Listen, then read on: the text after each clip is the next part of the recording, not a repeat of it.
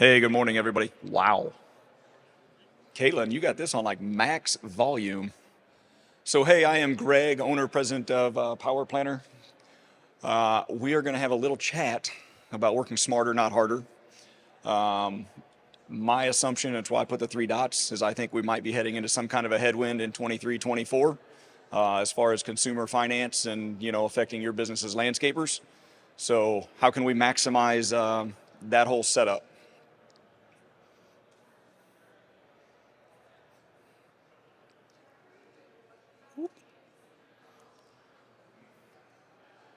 Maybe, maybe. Is there an arrow right there? Thank you. So, who am I? Why are you listening? That's a great question. I will tell everybody up here that. At the end of this, I hope a little bit education, knowledge will come your way. I used to be a high school ag and industrial technology teacher. I was an FFA advisor. Now, for the last 10 years, I'm third generation auger manufacturer, sixth generation family farmer. So, a little bit of an all encompassing situation, if you will. I got the education background, so some of your employees, for instance, would have probably run up through my system. Currently, we manage my GM and I and office staff, 15 to 20 employees. Company growth wise, we've grown 4,400% since I came back in 2015. I don't know if that's a good thing or a bad thing. It's kind of a crazy thing when you factor that in. But I think it also says that a lot of landscapers and homeowners and people of the like are starting to catch on to what we're doing in the auger and labor saving world. More than anything, husband to Lisa and father of four great kids most days. I think if you look at some facts from the last couple of years, there was unreal growth potential, profitability, when COVID started with everybody being locked up at home. Demand for products and services went through the roof because nobody was going to work. And then we had the fun stuff with supply issues domestically, internationally, it didn't matter, and the logistical nightmares. And then a lot of us, you had to deal with employee turnover because somebody else was going to pay more for the same job or whatever, which has now led to sky-high wages. And then the headwinds, I think we're all staring at it, whether it's right, wrong, or indifferent. There are plenty of signs of a recession. And then to make your lives even better in the landscape world is two-cycle engines, whether you like it or not, are disappearing. We don't need to get into the it's good, it's bad, it's whatever. It's just, sadly, it's going to be fact. I mean, you got places like Dallas, Texas that are flat out saying, hey, it's going to be gone by 2024. So, how do you react to that? My former students would tell you I'm kind of a philosophy guy. My philosophy during difficult employment, retention, you can't find people, things like that. I think number one is, and if you're the employee, I think I would sit back and think, is my boss doing this? And if you're the boss manager, I would think, am I doing this? Is listen to your staff, and that's easy to say, but I think it's something that easily gets overlooked in the world. And then heed their advice and suggestions. I can tell you our entire place, if you're watching that video, our entire manufacturing facility is air conditioned in central Illinois. Why is it air conditioned? Because in Illinois, kind of like Georgia, it is disgusting, miserable, and everything else in the summertime. And productivity went through the floor in the bad category. I mean, it was horrible. So we put up an entire solar farm. Our whole manufacturing facility runs on solar. And I put in air conditioning. And our welding shop is 68 degrees all summer long. And if the sun is out, I could care less because it's free. I mean, my guys are happy as larks. I mean, it's colder than my house is in the summertime. And that just came from them complaining about heat, me seeing them dripping, soaking wet, things like that. I mean, my staff, they come up and they say, hey, we need a new piece of equipment. My first question is why? They explain it. I generally know what they're doing, but I'm not the guy that's actually there hands-on, day in, day out doing it. So we have a quick conversation. Most times, I mean, as long as it makes any logical sense at all, I jump into it. As a teacher, this is a crazy thing. I learned just as much listening to my students as I did 4 years of college. I shouldn't say this out loud, but the dumbest thing that my wonderful senior professor in ag education did was he asked me to come back the first year out of college to talk to the graduating seniors. And he says, what is the one thing that you learned that these guys need to know? Anybody that knows me, I was told by the best man at my wedding, I'm like brutally honest. And the one thing I told him was 95% of what you just learned for the last 4 years is moot and you don't need it. I said, the best thing they could do is throw you in front of 25, 14 to 18 year olds and feed you to the wolves when you're 18 years old and, a college freshman. There was plenty of time students would do this, they do that, they do whatever it was. And it was more listening, and you would develop lesson plans and you would develop work strategies and all that stuff from those guys. And so I've taken that to my staff now, whether they know it or not, as far as an important thing to do. So I think, if your management, your employee, whatever, at your landscape company, I think that's something that's pretty invaluable to keep in mind. And then there's a thing, profit and morale, I think, go hand in hand. Profits will be zero without staff and management, or near zero if there's poor morale. If people show up to your place and they hate showing up to work, their work result is going to show. And I've had plenty of employees that have gone elsewhere, whether it was my doing or their doing, but at the end of the day, it's amazing the next morning when people walk in, the smile on their face, if you will. And it's one of those things that if you listen or you're paying attention, you're like, that was a problem. I knew it was a problem, but I didn't know it was a problem affecting 14 other humans. And all that leads to profitability. Make life and work pleasant. Everybody can reap the rewards. And then most of all, you guys all know this, but you've got to care. Everybody knows if there's a fake care versus a real care. Like, you have to be a genuine human. I have employees that came out of factory manufacturing. One of them worked for an auto manufacturer, so he was paying buku dollars, and he felt like a number. And he told me that. He came to work for me for $10 an hour less because he said, I walk in every day. He goes, I can say good morning to the boss. He goes, I can walk in your office and talk about stuff. He goes, if I got a problem, I can take care of it. He goes, I actually feel like a human. And I think the other thing is, both sides need to understand that the job of the other side sucks in some way, shape, or form. It sucks to be out in the field as much as it sucks to sit behind a desk. Like my shop guys all the time, I tell them, I said, guys, if I could sit out here and do stuff, I said, I'd love it. I said, just like you think I'm sitting back there with my feet up on my desk.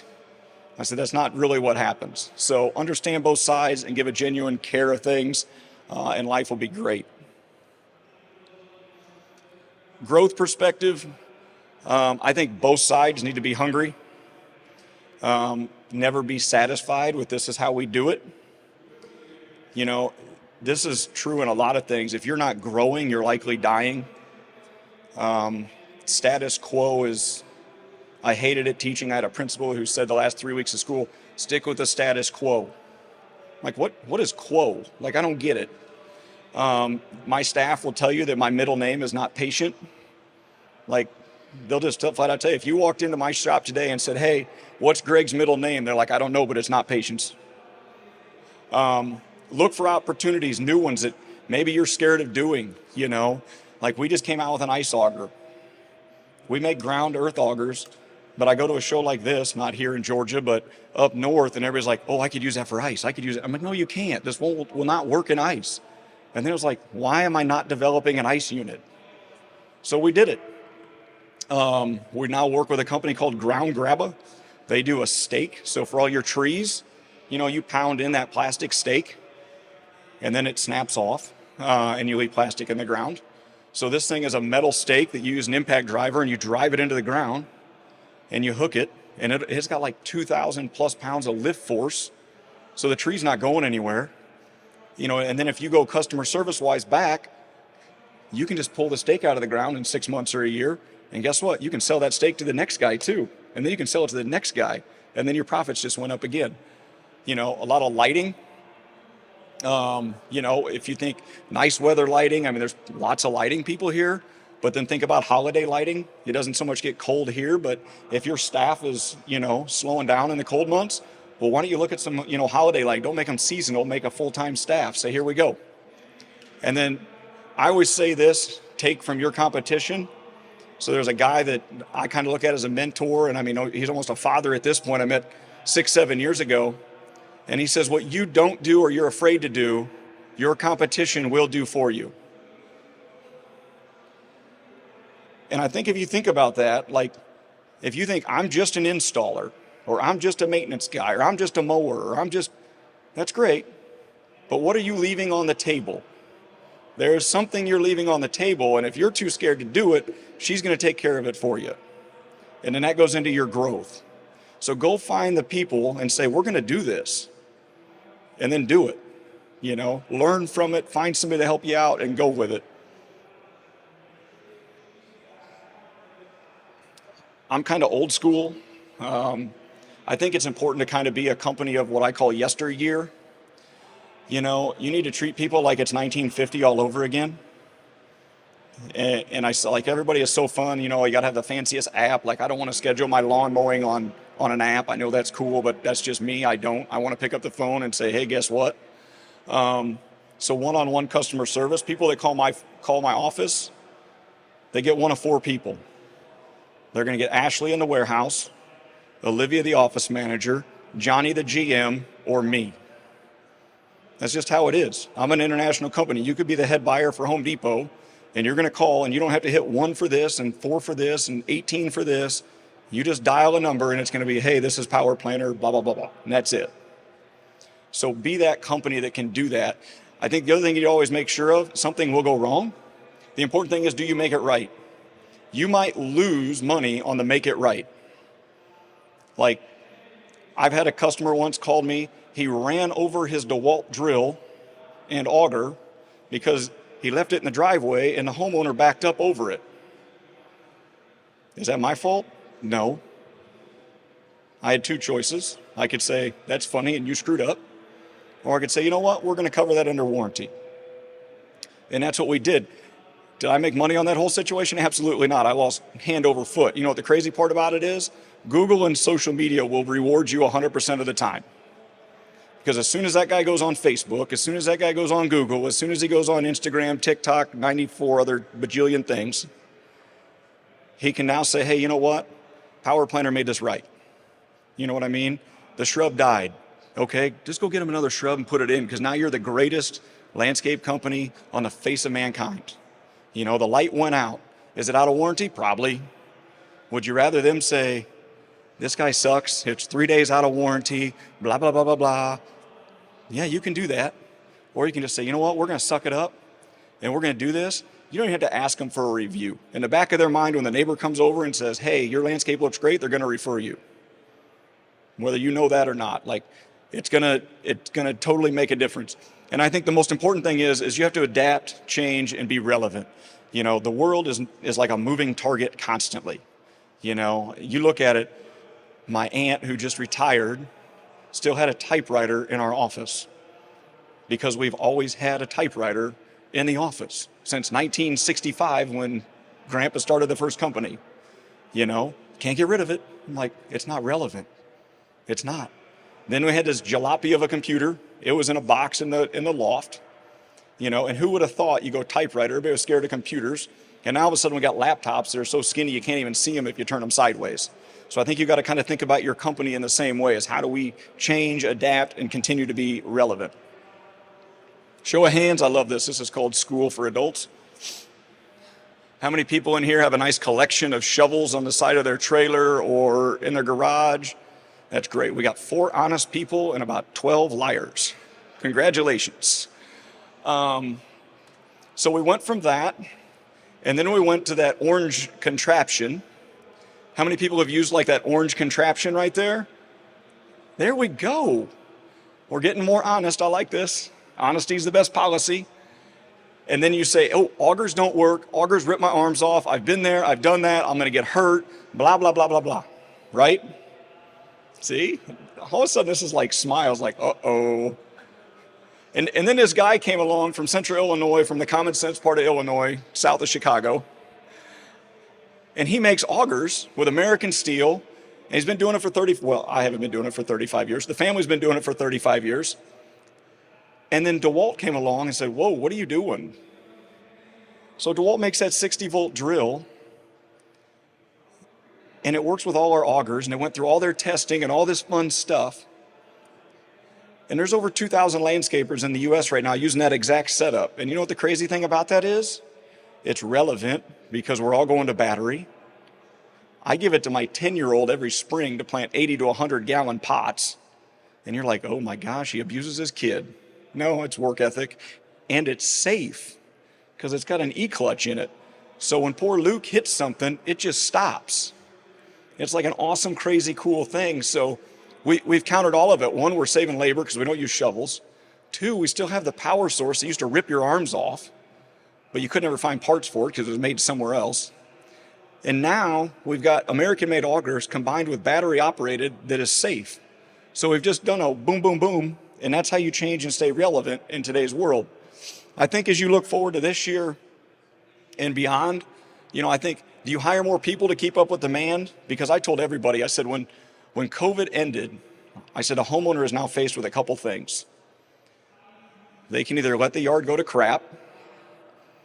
They're probably not going to do that because the Joneses next door aren't going to do that. They can keep up with it themselves, or they can hire somebody to do it. Because I don't think anybody, when they're out in their yards during COVID, thought, I'm doing all this fun gardening and landscaping, but nobody thought, hey, when I go back to work, who's going to do that? And now they're faced with that. So I think that's an unbelievable opportunity for all you guys, is how do you capture that and take advantage of it? So a question, do you simply turn down jobs? Do you change and adapt and do things in a new way? Do you have seasonal help? Or would you prefer not to say, hey, you know what, it's wintertime, we're slowing down. Would you rather have a year-long staff? I think as you look at it, the supply chain is starting to ease. Plant supply is still a little bit questionable because you had all this growth. So, it's in a 5-gallon can, but maybe it's more like a 3-gallon plant that just got dumped in a 5-gallon can. Hard goods, metal, computer chips, parts, that's still all a mess, without a doubt. The early bird is 100% going to get the worm on that situation. Logistics are getting better. Cost is sky high. So, if you're getting stuff, or from me, like I said, everything's U.S. except for wherever DeWalt gets some stuff. But, for stuff to get here, you're still going to face that battle. I like to say it's overseas gouging. I used to ship, one of my largest customers is in Australia. I used to ship a container to Australia for about a 40-foot container would go for $4,000. From Illinois, landed in Australia, $4,000. It was $18,000 last year. It's the same boat. Everything's still the same. So how do we go 4 to 18? And I think the other thing you need to think about is what groups are you reaching? Because most age groups are planning to spend as much or more in 2023 that they were in 21 or 20 or 22. So I think you need to think about that too. Like, I'm 40, so the group that's under me, those like new homeowners, they're all over this whole thing. Like, how can they make everything? How can they have their own garden in the backyard, raised beds, the whole 9 yards? So they're going to spend out the wazoo. So are you doing stuff to reach them is the big question.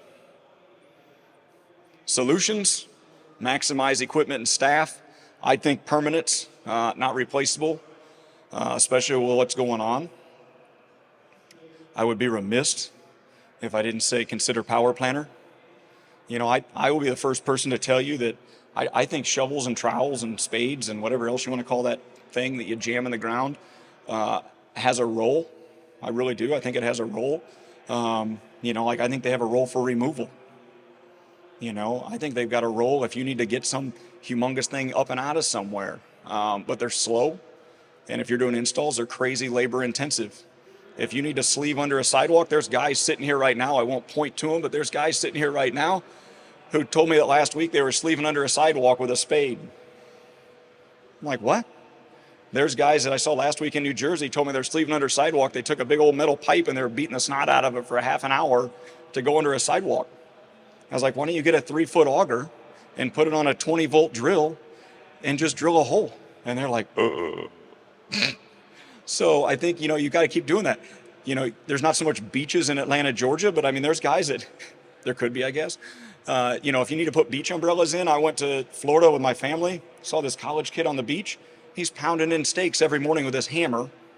And I walked up to him and said, why don't you try this? And I showed him our website and all this stuff. Next morning, he's out there doing it again. I walked up, I said, what'd your boss say? He said, boss said I'd get done too quick and I wouldn't have anything to do.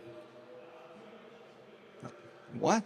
That's the most short-sighted thing I've ever seen. Like, the boss couldn't think of something else for the guy to do. So I sent him one. So this college kid, he was out there, he had all the beach umbrellas in an hour.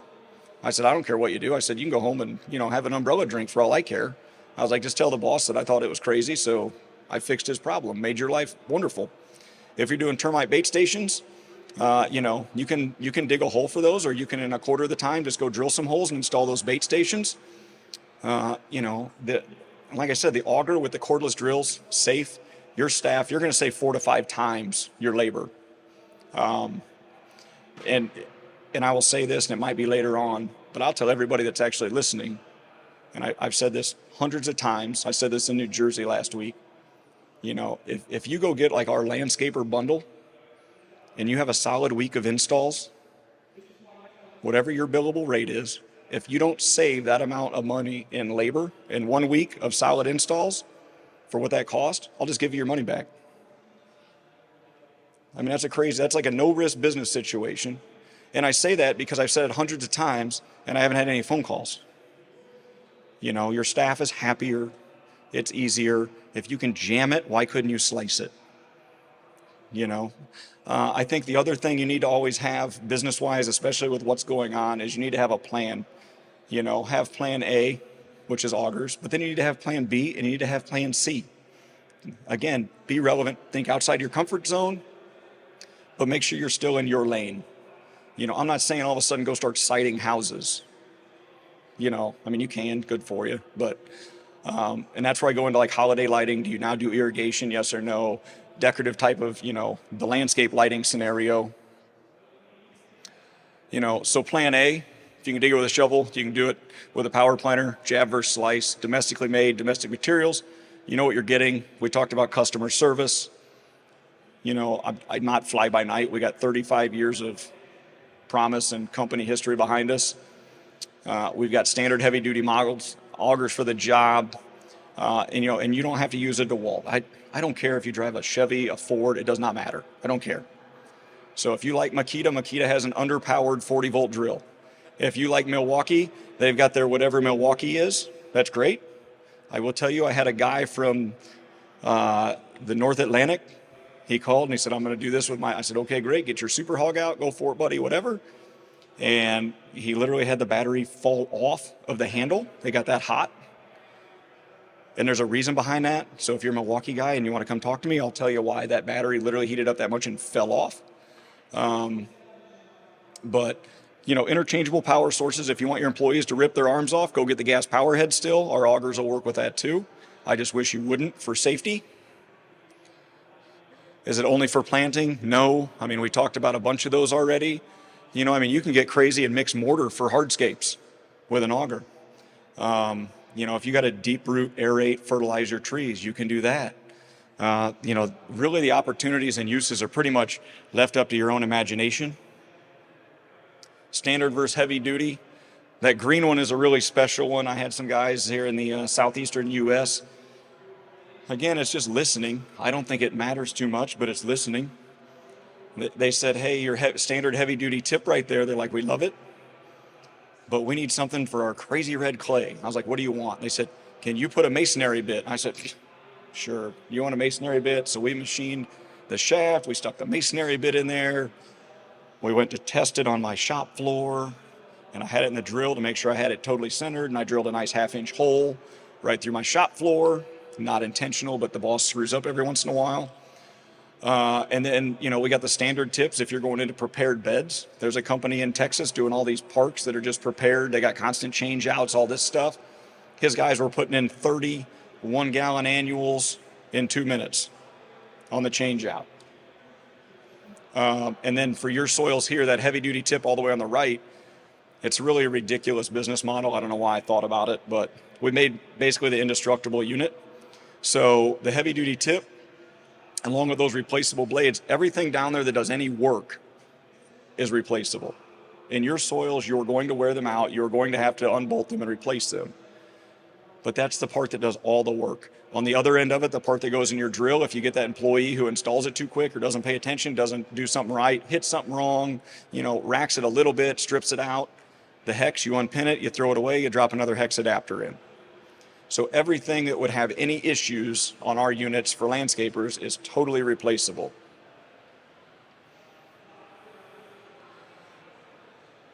So we go anywhere from 2 inches, that's 7 inches long, all the way up to 9 inches, 28 inches long. If you're sleeving or something, or you got, some Andre the Giant, we've got a 2-inch auger that goes 54 inches long. And then, if you've got some posts or something, you have a need to get a little bit deeper, or you got a guy that's 6'5", 6'6", you can use that extension and you can stick it in any of those other augers that you need. And so that gives you an extra 16 to 18 inches of total length. And then you're ready to go. So I will say too, we do get an occasional question for some custom stuff. I don't have a problem doing custom. My staff actually enjoys it because it's like a little bit of a, hey, we haven't done this. This is a fun little project. So I'm up for that too. I want you to keep in mind though, sizing of the auger does not actually determine size of the hole. So you're not drilling a hole through a board. If you go get a 1/2-inch wood bit and you drill a hole, you got a 1/2-inch hole. With an auger in soil, you can drill down with a 7-inch auger and you got basically a 7.5-inch hole. We all like to dance. This shouldn't be on camera. But if you do a little one of these, now all of a sudden you got like a 9-10-inch hole. Like you just put in a 3 to a 5 gallon can with a 7-inch auger. So you do the 9-inch, there's a lady in New Jersey, she's putting in 35-gallon maple trees with the 9-inch auger. And she's doing 3 holes, and it comes up all loose and fluffy, and she just rakes it all out. And then boom, she's done. And her backfill is so simple because it's not clumps that you're jamming back down and wedging in there. It's all ground up. You just push it back in there, and the plant's happy, your life was easy, and you can move on. I think the important thing to do is remember, what you don't do, your competition will do for you. So plan B is partnerships for greater opportunities. I mean, you could partner up with your current competition if you wanted. Power Planter, we partnered up with Abbott IBCO. Abbott is the world's largest grower of caladiums. Abbott has an extensive sales arm. We're a small company. I don't have that sales arm. So guess what? Bulbs are awesome. Caladiums are really cool. But it's kind of hard to get a caladium to grow and look good if you can't put it in a hole. So they came to me and we met, and I was like, hey. And they're like, yeah, whoa, this makes sense. So we partnered up with them. The holiday lighting thing, there's a company, Certified Lights. It's the same thing. They've got tree stakes, and they're like, these things are not fun. The guys are out there digging this and doing this, and they got the ones under the tree. They said, we have a use for this. I'm like, there we go. And then there's a company in Memphis, Oldham Chemicals. That's our termite company, a lot of them. So that crazy little masonry bit came from Oldham. Oldham said, hey, this is what our customers are saying. Okay, fine. He's like, you want a masonry bit? We'll give you a masonry bit. And I think plan C is increase your manufacturing or do whatever you need to do, but still in my actual lane. So that's like where the ground grabber guys come in with those anchor systems. I mean, they're in Australia. They're holding down solar panels in Australia with those stakes. Because apparently in Australia, they move solar arrays. Like the one in my yard and the one at my facility, we just go crank a little trailer jack and it just tilts depending on the time of the year. Over there or down there, they take it out and they physically move it. And then they stake it back down.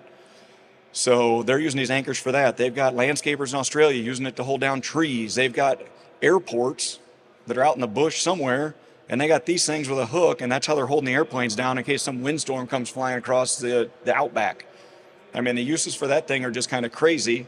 And then all the way over there on the right, our little two-faced looking auger there is the Landor Lake ice unit.